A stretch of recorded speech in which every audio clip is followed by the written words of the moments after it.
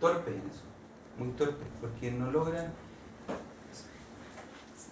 decir lo que están viviendo, no logran demostrarlo efectivamente. Eso no da pie página, ¿sí? Eso uno lo ve, por ejemplo, en los amigos que uno quiere mucho, pero que son torpes en los afectos y que después del segundo pisco sour se empiezan a relajar, ¿se han fijado? Cuando ya te están declarando el amor de amigos, que ya como en el quinto pisco sour, pero en el fondo lo que está pasando tiene que ver con la comunicación de los afectos. En el fondo del acompañamiento espiritual se encuentra una teología, una forma de comprender a Dios, insistir en ese idea, ¿no? Una forma de comprender a Dios, que es la forma ignaciana, ¿no? La forma ignaciana, como ahí está dicho, un amor comunitario y un amor encarnado. Esa es la forma ignaciana. Si me corrijo, los padres acá podrán ayudar, pero es eso, ¿no? Una forma comunitaria y un Dios encarnado. ¿Para qué acompañar a la comunidad? Para que se constituya y se nuclee en torno a Cristo y a sí mismo, y se refiere a su organización mayor, en este caso a la comunidad de vida cristiana y la iglesia. Porque no son organizaciones que, se pueden nuclear en torno a Cristo y en torno a sí misma, pero eso empieza a llamarse grupo de amigos, y en la más rara se puede llamar secta, y más para acá donde se llaman tares. Pero esperemos que esto no pase.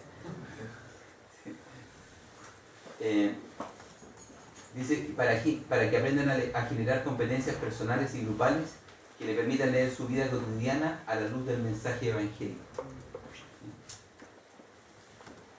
Y para que aprendan a transformar sus vidas y disponerlas al servicio de la mayor gloria de Dios. A ejercitarse en eso todo el tiempo. Para que aprendan a discernir la voluntad de Dios para sus vidas en una comunidad de fe. Para que se dispongan a vivir el servicio al más necesitado como una manera de habitar el mundo. Para que descubran y o creen formas de construir el reino en su vida cotidiana. Someter tu vida, tu historia, tus decisiones en conversación en la comunidad. Y poder rezar en la comunidad y que la comunidad te vaya mostrando que otras cosas debieras tú considerar antes de tomar decisiones respecto de tu historia personal. Para que se dispongan a vivir el servicio al más necesitado como una manera de habitar el mundo. Estar atentos como un deber. Yo lo vivo como un deber amoroso, ¿eh? Así como el deber amoroso que tiene uno de cuidar a los hijos, pero como un deber, vivir al servicio del más necesitado. Y que es puro invento, porque la vida cotidiana cambia todos los días, entonces no existe una fórmula, existe la que resume. Entonces hay cosas que a veces uno descubre y otras que tiene que inventar, porque esto está siempre cambiando. Y entonces eso exige creatividad. Hace un par de semanas atrás yo asistí a la charla de un monseñor importante en la iglesia, y era un señor a cargo del desarrollo de las comunicaciones y la tecnología dentro de la iglesia. Entonces, los monseñores importantes son habitantes del planeta, ustedes saben, ¿cierto? Se mueven de un lado para otro, viven en el planeta, no viven en un lugar específico. Entonces, él decía que había ido a dar una charla a los jóvenes en una universidad en Estados Unidos acerca de las nuevas tecnologías y la posición de la iglesia en torno a las nuevas tecnologías. Entonces, un joven había levantado la mano y le había dicho, pero señor, ¿por qué dice usted nuevas tecnologías? Si yo toda mi vida he vivido con estas tecnologías, ¿qué tienen de nuevo? Que fue súper bonito, porque a propósito de la transformación de la vida cotidiana. Para el monseñor era nueva tecnología, pero para los chiquillos es la tecnología de ellos. Claro, son nativos de ellos. No es nueva tecnología, es las tecnologías. Entonces, esto nos pasa a todos. O sea, aquí con excepciones, ya no somos último modelo. Ya no somos últimos muertos. Entonces, la vida cotidiana va cambiando aceleradamente en otras partes. Bueno, intentaremos ser modelos clásicos.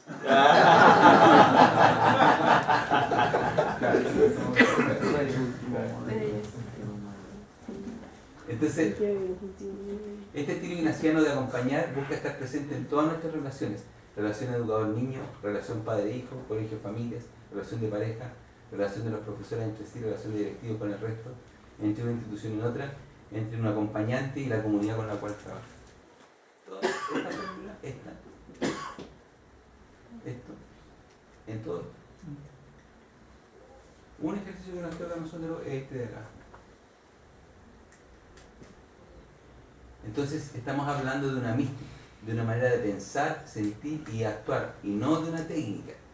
Eso es re interesante, porque no existe una cuestión específica, porque si es en la vida cotidiana las cosas están cambiando. Entonces, lo que sirvió en un determinado momento para un determinado grupo, después no sirve. Sirve una manera de pensar, sentir y actuar. El acompañar desde esa perspectiva es estructurante para lo que se acompaña y para el que acompaña. Cuando uno acompaña es transformado por la comunidad que acompaña. Porque si no, lo único que va a hacer uno es adictar una suerte de cátedra. Pero así no se hace el acompañamiento ignaciano. El acompañamiento ignaciano se hace en términos de que uno se involucra con las cosas. Se construye una relación. Entonces el acompañante siempre termina enriquecido del proceso de acompañamiento. ¿Sí? Si no, por lo menos eso está mal. Si la comunidad a la cual tú acompañas no transforma tu vida, no te habla a ti también en cada una de las reuniones, algo no está bien. Es una mística, no es una técnica, ni tampoco una moda espiritual. ¿Bien? Que a veces pasa así. No existe la manera, existe una fórmula de hacerlo. El modo y la calidad del acompañamiento dicen mucho de nuestra misma identidad, del modo como nos relacionamos con otros, con nosotros mismos, con otros y con Dios. El modo y la calidad del acompañamiento dicen de nosotros, de cómo nos relacionamos con nosotros mismos, con otros y con Dios. Eso es lo que uno desprende de cuando mira a quien lo está acompañando. Padre Fernando nos acompaña a nosotros. Le voy a decir que le damos juntos. Disposiciones desde lo espiritual para acompañar, desde lo espiritual. Después vamos a ver desde lo psicológico, pero desde lo espiritual. Primero una convicción de creer en qué. Creo en Dios uno y trino y creo en su iglesia, el credo, que es un ladrillo, dice cosas raras el credo, ¿se han fijado? Pero uno no tiene que creerlo, o sea, si no lo... Yo cuando lo rezo, cuando yo lo rezo digo, oh, esta cuestión es rara. Pero, bueno, pero nos piden convicción. Pero este es re importante para mí, más que cualquier otro. Creo en amar a Dios por sobre todas las cosas y al prójimo como a uno mismo.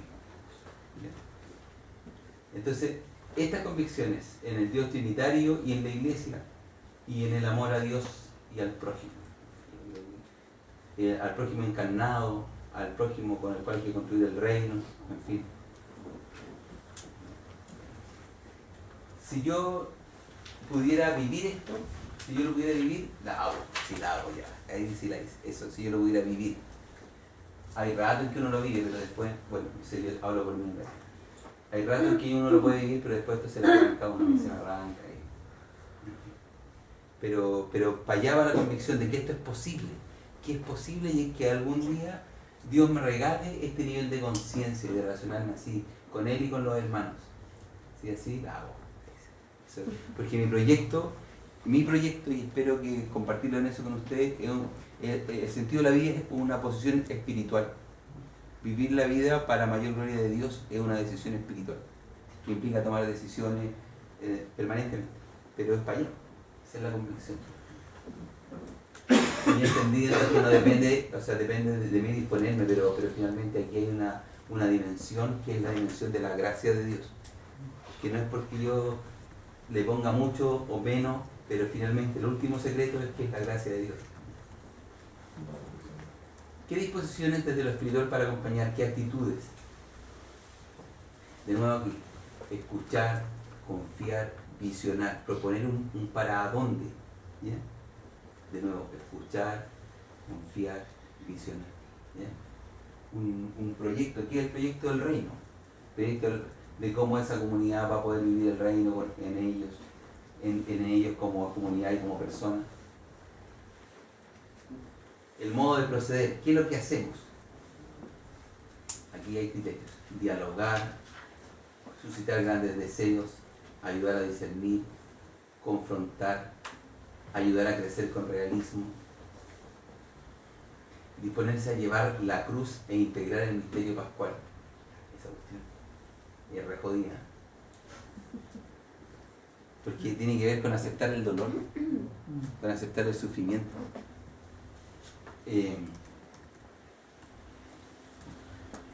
A mí me ha pasado que cuando la vida se pone difícil y a uno le toca sufrir, son los momentos de mayor cercanía con Dios, como el sufrimiento físico y o psíquico activa zonas del encéfalo que están asociadas a las mismas zonas que se activan cuando la gente está en oración. Es bien curioso, que es el lóbulo temporal, y se usan las mismas vías de activación neuronal que se usan cuando tú tienes un sufrimiento físico. Ocupa las mismas vías neuronales que cuando tú tienes un profundo compromiso místico. Los viejos que hacen neurociencia, que se dedican a meterle cuestiones en la cabeza a uno para mirar qué es lo que le pasa, observan ese grupo de neuronas activas.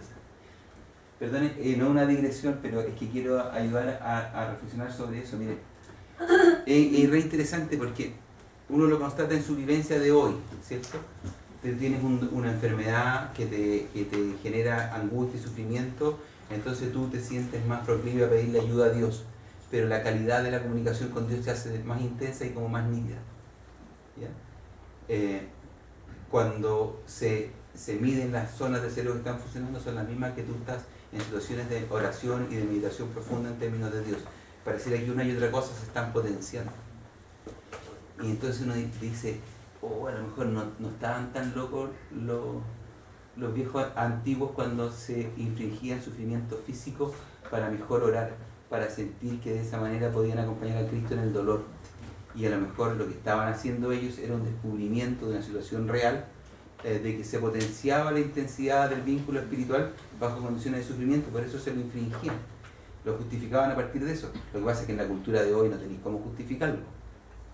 ¿Se fijan? O sea, alguien que decida usar el silicio para orar termina en el psiquiátrico, porque la cultura no lo tolera, ¿se fijan o no? Pero pareciera, a partir solo del descubrimiento de la neurociencia, que el dolor efectivamente potencia las experiencias místicas. Y que es una cuestión interesante, que cabría la pena por lo menos darle una vuelta. No sé si va a volver a los mismos niveles de sufrimiento, pero para no tenerle miedo al sufrimiento. Disculpa, no pude detenerme en esta consulta, pero me queda como la inquietud de decir, entonces, toda nuestra experiencia y nuestra búsqueda de Cristo, nos iríamos como para allá, nos iríamos como efectivamente, no sé si tan exagerado como dices tú, pero buscaríamos el dolor. ¿O no le temeríamos al dolor? Pero, si queremos buscar a Cristo y sentimos que eso de alguna forma va a ser un canal más expedito, más cercano, me la juego, porque si veo que voy a estar más cerca de Cristo, entonces, no sé si a latigazos, pero por ejemplo, yendo a servir a los pobres en lugares que implican una pérdida de calidad de vida desde el punto de vista estricto significativo, porque en ese dolor tú aumentas también tu propio proceso de sensibilidad. Claro, podría ser. A mí me da solo para no asustarme con el dolor, ya curadito. Pero si a ti te da, claro, ¿te fijas? Desde esta perspectiva, porque uno como la reflexión espiritual no es una ideología, sino que está abierta a los cambios que surgen de las nuevas informaciones, si no sería una ideología, que sería rajatabla. Y aquí aparece nueva información, que dice, mire, ¿sabéis que están pasando estas cosas con la información de las neurociencias? Ese tipo de situaciones aparece asociada a las prácticas espirituales. Entonces, significa que si yo estuviera sensible, permanentemente sensible al dolor, que no fuera mi propio dolor incluso, sino que el dolor de otro, yo estaría más abierto al encuentro con Cristo. ¿Sí? Y ideológicamente, ¿cómo se dice? Disponerse a llevar la luz del mundo. Porque es una categorización, ¿te fijas? Dale. No sé si te sirve el ejemplo, yo tuve un accidente hace 15 años atrás, 13 años atrás por ahí. Fui con un camión en bicicleta y me hice bolsa literalmente en un hombro y quedé con una lesión permanente en el brazo, una parálisis. Y el dolor neuropático que tenía era igual de horrendo que si te estuvieran acuchillando todos los días, pero no tenía nada. Y la única cosa que después con el tiempo el dolor se me empezó a pasar fue a los 2 o 3 años que empecé a rezar otra vez, digamos. Y de hecho el ejercicio respiratorio, de rezar, de leer, de tratar de calmarse, ponerte frente a otro, aliviaba el dolor en cierta manera. Porque se ocupaban otras cosas. Exactamente, se ocupaban la misma... y te bajaban el dedo. Somos biología, ¿no? Somos, entonces, desde esa perspectiva, fundamentalmente yo creo que más para darle más vueltas a cómo le podemos entrar de otra manera al dolor. Que no sea a través de lo analgésico, digamos, ¿no? Que es una fórmula con la cual culturalmente no estamos haciendo cargo del dolor, que es no sentirlo. Pero desde el punto de vista del trabajo espiritual, esto no es un tema al cual no tendría que rehuir, sino que revísenlo internamente cuando lo hemos estado pasando mal, cómo es como que se sintoniza de mejor manera el diálogo con Cristo cuando uno está en situaciones de dolor, con la Virgen, en fin. ¿Ya? Otras cosas dentro del modo de proceder, que lo estamos haciendo, aprender a aprender de la experiencia, crear vínculos de amigos en el Señor. ¿Qué es esa cuestión, crear vínculos de amigos en el Señor? Una vez, el padre Manuel Donoso, yo hacía clase en el Instituto Catequístico, que forma profe de religión.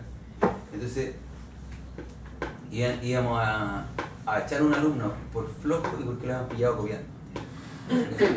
Sí, se reunió el consejo de profesores y estábamos todos con racha de guerra, así, ya tenemos que darle, echémoslo. Y el padre Manuel Donoso, lo digo por esto, dijo, ya está bien, si este señor se ha equivocado, etc. ¿Qué haría Cristo en nuestro lugar?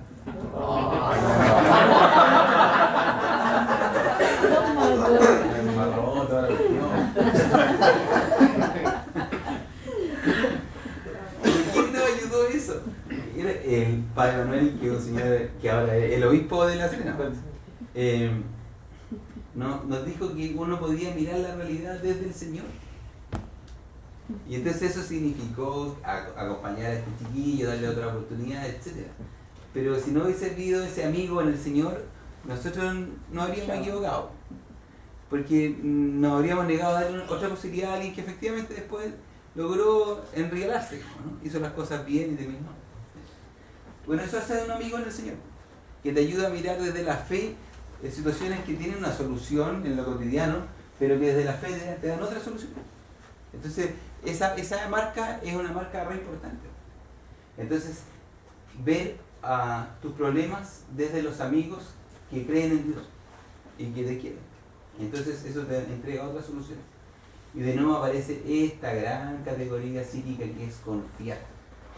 Confiar.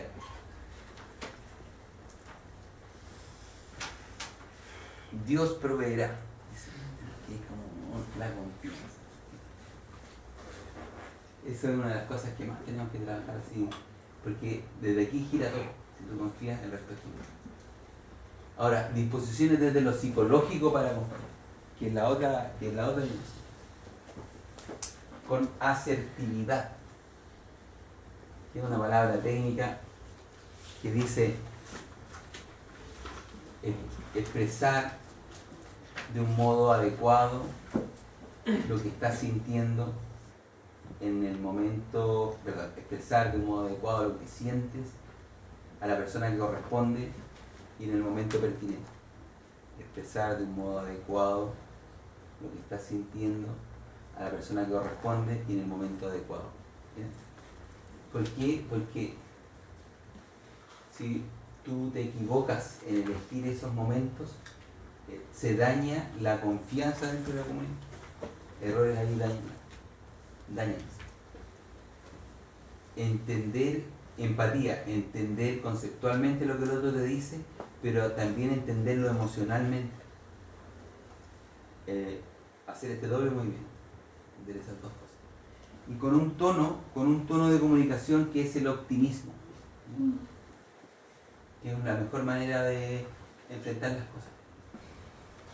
El optimismo, miren, es interesante esto porque nosotros, por una cuestión de ahorro de energía, siempre estamos anticipando lo que va a pasar. Siempre estamos anticipando lo que va a pasar, porque de esa manera tenemos mayor velocidad de respuesta frente a lo que viene. Entonces, las personas pesimistas eligen pensar todo lo malo que podría ocurrir, porque si aparece ya sabían cómo contestar. Y las personas optimistas eligen pensarlo en términos positivos. El problema es que las personas pesimistas tienen un gasto psicológico re importante porque empiezan a sufrir antes. Y si después viene malo, bueno, sufren igual porque ya venía malo. Entonces sufren desde antes y sufren cuando pasa. Y el optimista hace el otro movimiento. Igual sufre al final, nadie se salva. Pero